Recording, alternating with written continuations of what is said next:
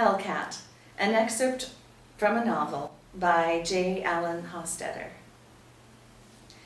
Doolittle County Deputy Warren Kendallhart's Explorer and Roy Free's green wagoneer were parked in the grass off to the side of the hut. Warren was casually gossiping with Freeze, but stiffened when Sheriff Guise and Sterner pulled up. He had put up crime scene tape, and the sheriff now frowned as he wound down his window. "Warren, why in hell would you waste good crime scene tape like that?" "Looks like a crime scene to me, Sheriff." "Have you got a body? A murder scene?" "No. All you've got is a bunch of bones, son, if that." The deputy chewed his lip. He was younger than Sterner and handsome in his immaculate deputy uniform, creased to perfection, though his drooping posture made him look all of 16 years old. Hollings, by contrast, stepped out of his SUV and approached, nodding gravely at the deputy and the civilian. He was 26 years old and 200 pounds of Olympian determination, more robot than human, as he coolly circled around behind the passenger side of the sheriff's vehicle to attend to his superior. "Afternoon, Sheriff," said Freeze with a cordial salute. "Roy?" The sheriff nodded, threw his shift into park, and then pointed his thumb at the Smokies. "Detective Joe Sterner from Harrisburg, Trooper Hollings from the local barracks." Hollings tipped his hat, but offered nothing more. Ignoring the lot of them, Sterner was rapidly assembling his cyber shot from the aluminum case, screwing in the extender with the flash attachment, plugging in the connecting cable, and hanging the strap around his neck. As the three local men and the trooper looked on in silence, he donned white plastic gloves, booties over his black Van sneakers, and in place of the beret, a hair cover that made him look like a food service worker. He climbed out and approached the crime scene tape, scrutinizing the ground for trace evidence, Hollings in his wake like a respectful manservant awaiting instruction. Click. Sterner captured a shot of the hut and made his way to the dried flower stem at the doorstep with a single wilted dark rose petal. Click. It wasn't the sound of an actual shutter, but a digital recording generated by the camera to simulate one. High above them, a turkey buzzard circled the scene. Click. Sheriff Guise heaved a sigh, locked his brake, and turned off his engine. He climbed out of his vehicle, hesitated, and grimaced to break wind, then followed Sterner's path to the doorway, stuffing his hands into his oversized Carhartt jacket to keep them warm. The deputy followed, sharing smirks with Freeze. The hut interior was an unfinished shell of a room with a sturdy tin roof, but cracks between the open door and windows on either side allowed the wind to blow through freely. It was empty but for its occupant, a human skeleton. The bones meticulously arranged as if attached and intact. The bones looked like they'd been recently excavated and washed clean. The ivory-colored foot, leg, and hip bones were laid out neatly on the floor, the rib cage and upper arm bones leaning against the back wall. The skull rested atop a long stack of vertebrae and rib cage held together by mummified tendons, the lower jaw hanging crookedly beneath. It grinned a twisted, awful, eternal grin, and strewn across the tibia leg bones lay a bouquet of wilted, long-stemmed roses. A cold breeze suddenly blew through the doorway, whipping up the dried rose petals scattered across the floor and funneling them into the air, depositing several on the ribcage. Human remains were one thing, but there was something positively chilling about the way these bones had been displayed. There was a calculated effort to shock, and it did. It was a macabre image from a nightmare, as if the skeleton was lounging casually on the floor, awaiting her suitor's imminent return for a little post-prom hanky-panky. The pelvis bone and the smooth contours of the skull indicated it was female. More rattled than he should be, Sterner swallowed hard, hoping the others did not notice. click.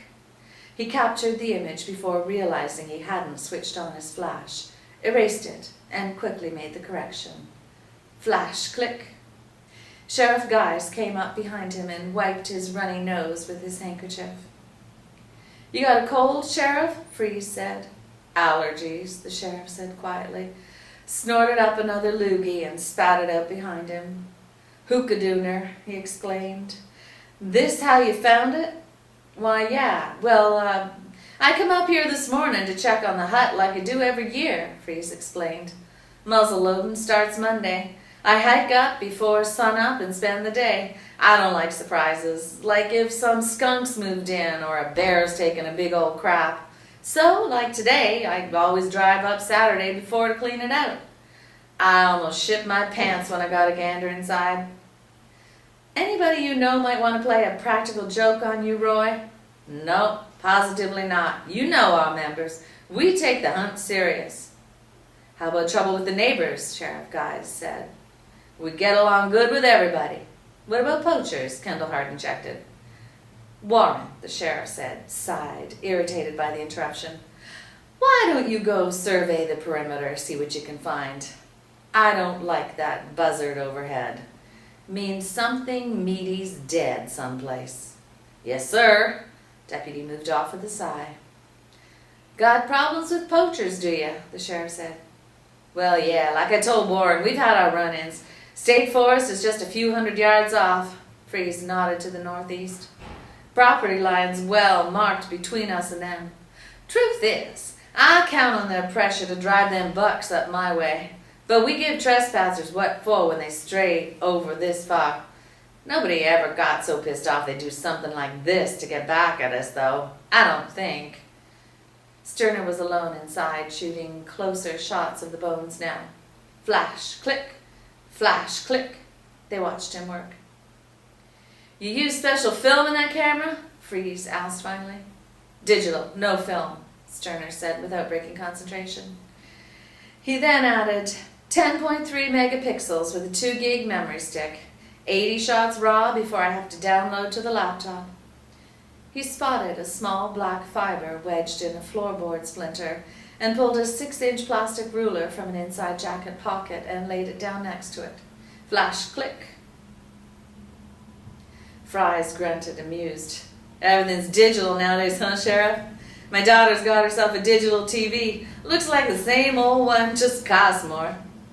Sterner set his camera aside on the open windowsill and tweezered the fiber into a tiny plastic baggie. He spotted a tiny hair close by, a short, rust-colored hair. It, too, wedged under a splinter.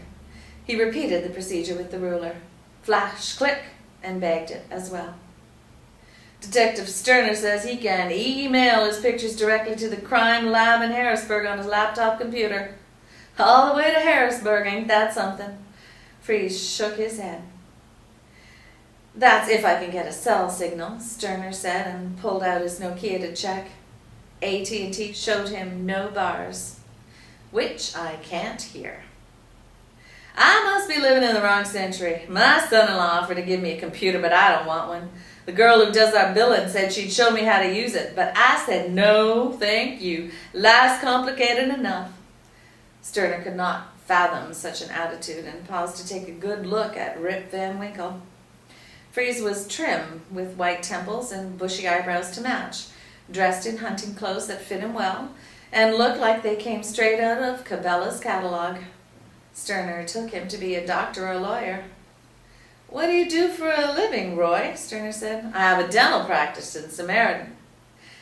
The sheriff yawned, already bored with the case. "Gets me, Roy, is they used to sell station wagons. Then they changed the back doors and became hatchbacks. Then they added a foot to the roof and made minivans. Then they beefed up the engines and jacked up the suspension, and that gets you a sports utility vehicle.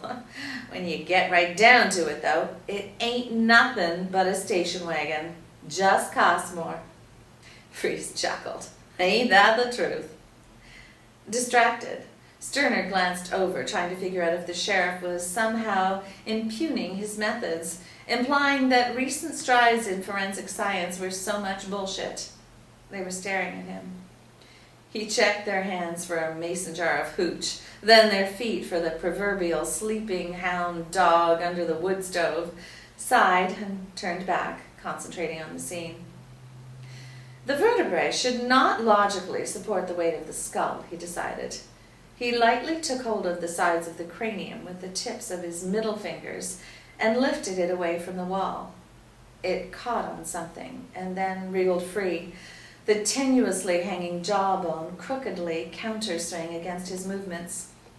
The skull had been hung on a bent, rusted, four-penny nail protruding from the wall, the head of which caught the top edge of one of two small but decidedly unnatural holes in the occipital bone.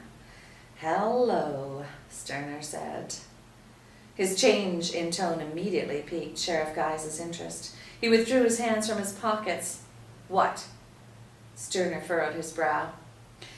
"Any homicides around here 20, 30 years ago? The victim, a woman approximately 5 feet tall, shot twice in the back of the head?"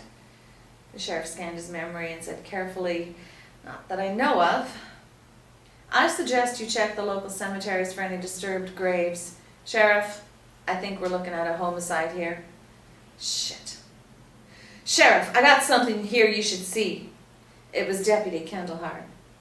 By the time Sterner caught up to them a few minutes later, they were all standing over the emaciated carcass of a 10-point buck, dead several days, ravaged by maggots, and worked over by any number of carnivorous forest creatures. "That's one hell of a buck," Sterner said. "That's exactly what I just said," Freeze said. "Goddamn poachers.